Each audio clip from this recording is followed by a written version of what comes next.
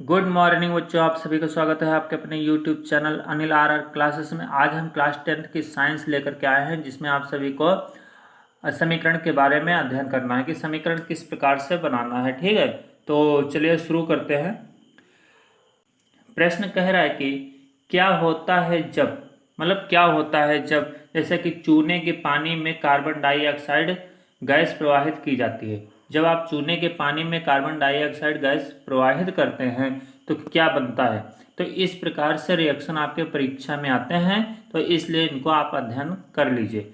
जब चूने के पानी को जब किसमें कार्बन डाइऑक्साइड गैस में प्रवाहित करते हैं तो क्या होता है। तो देखिए, चूने का पानी का सूत्र होता है CaOH का होल ट्वाइस, जिसे हम बोलते हैं कैल्शियम हाइड्रा ऑक्साइड, याद रखेंगे। और फिर कार्बन डाइऑक्साइड का सूत्र होता है CO2, ये आपका कार्बन डाइऑक्साइड गैस का सूत्र होता है। अब इसके बाद जब ये दोनों मिल जाते हैं, यानी कि कैल्शियम हाइड्रोक्साइड और कार्बन डाइऑक्साइड, तो मिलकर के कैल्शियम कार्बोनेट बनाते हैं। क्या बनाते हैं? Calcium carbonate. और साथ ही साथ जल बनाते हैं। क्या बनाते हैं? जल। तो इतना आपको याद रखना है, यानी कि चूने के पानी में कार्बन डाइऑक्साइड गैस जब प्रवाहित करते हैं तो कैल्शियम कार्बोनेट और प्लस जल प्राप्त होता है। इनके नाम आप लिख सकते हैं। अब इसके साथ में आप यदि इसको लैंग्वेज में लिखना चाहते हैं, यानी कि भाषा में, तो भाषा में इस तरीके से लिख सकते हैं, जैसे चूने के पानी में कार्बन डाइऑक्साइड गैस प्रवाहित की जाती है तब कैल्शियम कार्बोनेट तथा जल प्राप्त होता है। इस तरीके से आप लैंग्वेज में भी लिख सकते हैं। अब इसी में हम एक चीज और बता देते हैं। कैल्शियम का परमाणु क्रमांक जो है ना 20 होता है, याद रखेंगे। कैल्शियम का परमाणु क्रमांक 20 होता है, ऑक्सीजन का 8 होता है और हाइड्रोजन का 1 होता है। ठीक है। इसके बाद कार्बन का परमाणु क्रमांक 6 होता है और बाकी इसमें के सारे पता होगा। ठीक। अगला प्रश्न कह रहा है कि जिंक धातु की, मतलब जिंक धातु की सोडियम हाइड्रोक्साइड से क्रिया की जाती है। मतलब जो जिंक धातु है उसकी सोडियम हाइड्रोक्साइड के साथ यदि क्रिया कराते हैं तो क्या होता है। ठीक। तो हमने कहा ये जिंक है, ये आपका जिंक है, और जिंक को हमने सोडियम हाइड्रोक्साइड के साथ रिएक्शन कराया तो क्या प्राप्त हो गया? Sodium zincate. क्या प्राप्त हुआ? Sodium zincate. इसका फॉर्मूला याद रखेंगे, Na2ZnO2। ठीक है। और प्लस हाइड्रोजन गैस। तो इस तरीके से ये आपके रिएक्शन कंप्लीट हुआ, यानी कि जिंक की जब सोडियम हाइड्रोक्साइड के साथ रिएक्शन कराते हैं तो सोडियम जिंकेट प्राप्त होता है। जिंक का एटॉमिक नंबर होता है 30, याद रखेंगे।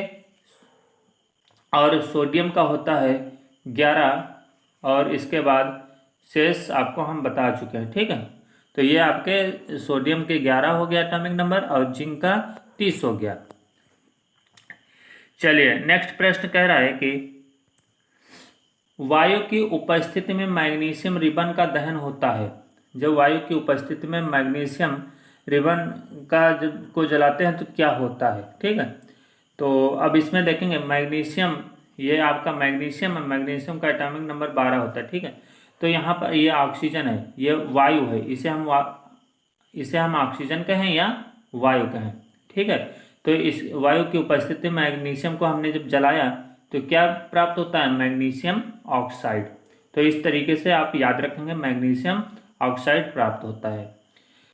अगला प्रश्न कह रहा है कि आयरन ऑक्साइड के साथ एल्यूमिनियम की अभिक्रिया होती है। किसके? आयरन ऑक्साइड के साथ एल्यूमिनियम की अभिक्रिया होती है तो क्या बनता है। ठीक है। तो जब आयरन ऑक्साइड के साथ एल्यूमिनियम की अभिक्रिया होती है तो क्या प्राप्त होता है? एल्यूमिनियम ऑक्साइड प्लस आयरन प्राप्त होता है। क्लियर? तो ये आप याद रखेंगे, एल्यूमिनियम ऑक्साइड और आयरन प्राप्त होता है। क्लियर? आयरन का एटॉमिक नंबर आपका होता है 26। आयरन का एटॉमिक नंबर कितना होता है? 26। और एल्यूमिनियम का कितना होता है? एल्यूमिनियम का एटॉमिक नंबर होता है, कितना होता है? एल्यूमिनियम का एटॉमिक नंबर 13 होता है। ठीक है। तो ये आपको याद रखना है। नेक्स्ट प्रश्न कह रहा है कि सोडियम कार्बोनेट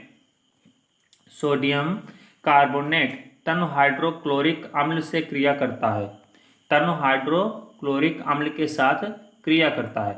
तो सोडियम कार्बोनेट की जब तनु हाइड्रोक्लोरिक अम्ल के साथ जब रिएक्शन कराते हैं यानी कि अभिक्रिया कराते हैं तो सोडियम क्लोराइड प्लस जल और कार्बन डाइऑक्साइड गैस प्राप्त होती है।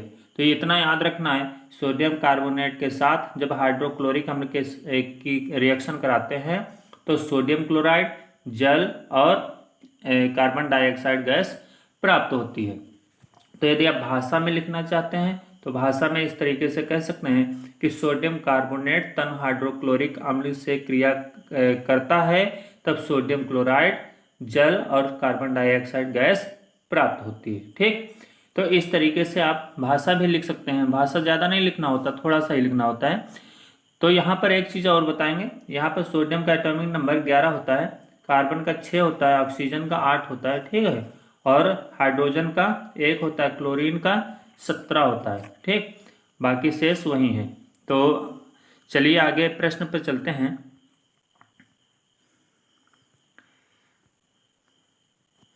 अगला प्रश्न कह रहा है कि मैग्नीशियम धातु को उच्च ताप पर अमोनिया से अभिक्रिया कराई जाती है। जब मैग्नीशियम धातु को उच्च ताप पर अमोनिया से रिएक्शन कराते हैं तो क्या प्राप्त होता है? तो याद रखेंगे मैग्नीशियम नाइट्राइड और हाइड्रोजन गैस प्राप्त होता है। तो यहाँ पर देखेंगे अमोनिया का सूत्र ये हो गया और मैग्नीशियम का ये हो गया। मैग्नीशियम क्या है? एक धातु है और अमोनिया आपकी गैस है, याद रखेंगे। तो यहाँ पर जब रिएक्शन कराते हैं तो इसके साथ में मैग्नीशियम नाइट्राइड प्राप्त होता है और magnesium nitride plus hydrogen gas. तो ये फार्मूला बहुत इंपॉर्टेंट है, तो इनको याद रखेंगे।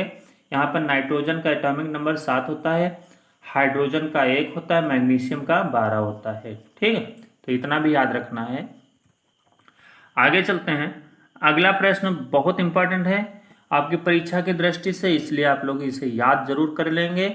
और फेयर कॉपी यदि आप लोग नहीं बनाए हैं तो फेयर कॉपी जरूर बना लें और उस पर फेयर कॉपी में जब भी वीडियो आप देखें तो उस कॉपी में अवश्य लिखें। और जब तक आप लिखेंगे नहीं तब तक आप सीख नहीं सकते हैं। इसलिए मेरा मानना है कि आप लोग लिखा जरूर करें, जब भी वीडियो देखें तो लिखें जरूर। ऊष्मीय वियोजन और आयनिक वियोजन में अंतर लिखो। ऊष्मीय वियोजन और आयनिक वियोजन, ऊष्मीय वियोजन को थर्मल सेपरेशन या थर्मल डिसोसिएशन भी बोलते हैं और आयनिक वियोजन को आयनिक डिसोसिएशन या आयनिक सेपरेशन भी बोलते हैं, याद रखेंगे इंग्लिश में। पहला पॉइंट है ऊष्मीय वियोजन में कि ऊष्मीय वियोजन ऊष्मा द्वारा होता है, यानी कि ऊष्मीय वियोजन जो है वो ऊष्मा द्वारा होता है और यह विलयन बनाने से होता है। तो उसे हम क्या कहते हैं? तभी वो आयनिक वियोजन उसमें होता है। अब इसके बाद ध्यान देंगे, इसमें माध्यम की आवश्यकता नहीं होती। माध्यम जैसे कि वायु का होना या जल का होना, यानी कि किसी माध्यम का होना मतलब आवश्यक नहीं होता है। तो इसमें माध्यम का होना आवश्यक है, जैसे जल है, वायु है, जो भी है, गैस है। तो इस तरीके से इसमें माध्यम की आवश्यकता होती है। ठीक है, अगला पॉइंट कह रहा है कि इसके उत्पादों को अलग किया जा सकता है। यदि हम इनको मिला लेते हैं उसमें वियोजन में कंपाउंड को, तो उनको हम क्या कर लेते हैं? अलग कर सकते हैं। लेकिन आयनिक वियोजन में हम इन्हें अलग नहीं कर सकते हैं, यानी कि इन्हें अलग करना कठिन है। क्लियर? अगला पॉइंट है इसके उत्पाद उदासीन अणु होते हैं। क्या होते हैं? उदासीन अणु होते हैं। तो उदासीन अणु मतलब किसी से अभिक्रिया नहीं करते हैं, यानी कि आवेश उनमें नहीं पाया जाता है। लेकिन आयनिक वियोजन में जो है ना इसके उत्पाद आवेशित कण होते हैं। आवेशित का मतलब इन पर चार्ज पाया जाता है और ये दूसरों से भी अभिक्रिया तुरंत कर सकते हैं जब आयनों में ये टूट जाते हैं। तो इस तरीके से ये आपका मतलब इसमें के पॉइंट रहे 4 पॉइंट हैं, ये 4 पॉइंट आपको याद कर लेने हैं। तो आज की वीडियो हम यहीं पर समाप्त करना चाहेंगे। आपसे एक कमेंट करने के लिए एक प्रश्न पूछेंगे।